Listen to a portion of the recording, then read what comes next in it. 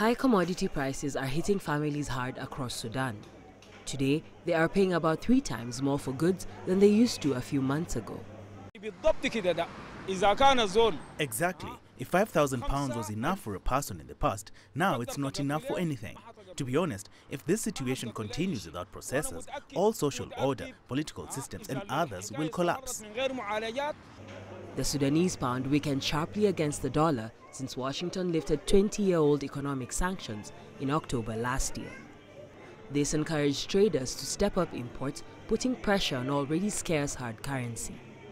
The government has devalued the pound to help businesses secure foreign currency.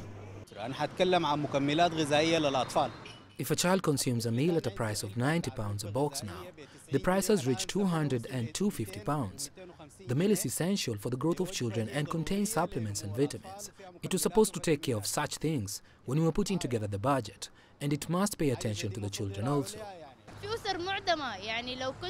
They are poor families. In the past, I could buy bread for £5,000 and donate the remaining part of it. Now I can't because we have no bread left for our needs. The situation was made worse after the government banned importation of 19 commodities last December.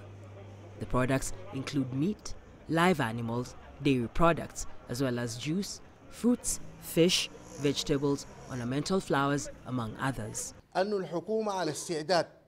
The government is ready to intervene in the import of basic commodities if the market continues to see a rise in prices. If the traders continue to face these issues, then the government will have to import these commodities and offer them at basic price for the citizens. The government has promised to regulate commodity prices. The citizens are, however, bracing themselves for tougher economic times. Alexandria, Majalla for CGTN.